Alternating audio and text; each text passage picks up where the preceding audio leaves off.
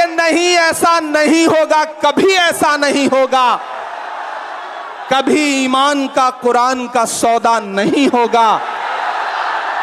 बिहार वालों बताना, दिल्ली तक अपनी आवाज पहुंचाना कि नहीं ऐसा नहीं होगा, कभी ऐसा नहीं होगा, कभी ईमान का कुरान का सौदा नहीं होगा। हमें तुम कत्ल कर दो शौक से मंजूर है, लेकिन शरीयत के किसी मुद्दे पे समझौता नहीं होगा। वालेकुम। मेरी आंखों के सामने हजारों की तादाद में, लाखों की तादाद में, अब थोड़ी देर आप लोग बैठ जाएं, जितना इंतजाम आपने कर लिया, आप थोड़ी देर बैठ जाएं। मुझे इनसे बात करने, मैं आपसे भी गुजारिश करूंगा थोड़ी देर। ये सैकड़ों किलोमीटर से आए हुए लोग धूप की शिद्दत में खड़े हैं, तो इनकी मौजूदगी को सलाम। मुझे पता है नया पाने की चाहत में पुराना छूट जाता है, नया पाने की चाहत में पुराना छूट जाता है। तुझे अपनाऊं तो मुझसे जमाना रूठ जाता है।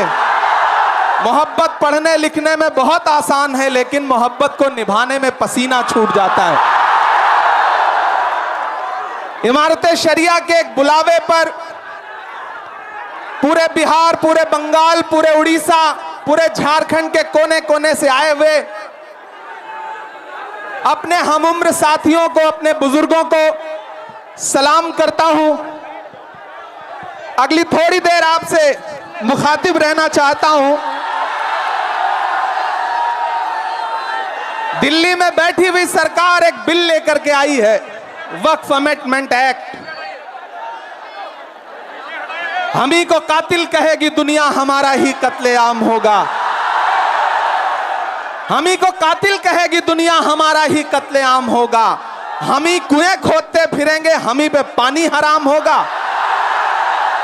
हमारे आबाओ अजदाद की दान की हुई जमीनें दिल्ली में बैठी हुई सरकार, दिल्ली का हाकिम लूट करके अपने धन्ना सेठ दोस्तों को देना चाहता है।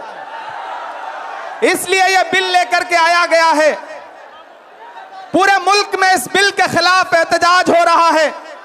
देश की पार्लियामेंट में आपने देखा, हम सारे लोगों ने इस बिल के खिलाफ लगातार लड़ाई लड़ी, लेकिन नंबर उनके पास है, इसलिए यह बिल पास हो गया।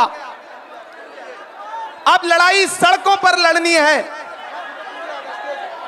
देश की माननीय उच्चतम न्यायालय में, सुप्रीम कोर्ट में यह मुकदमा ऑलरेडी पेंडिंग है, और मुझे पूरा यकीन है कि हमारे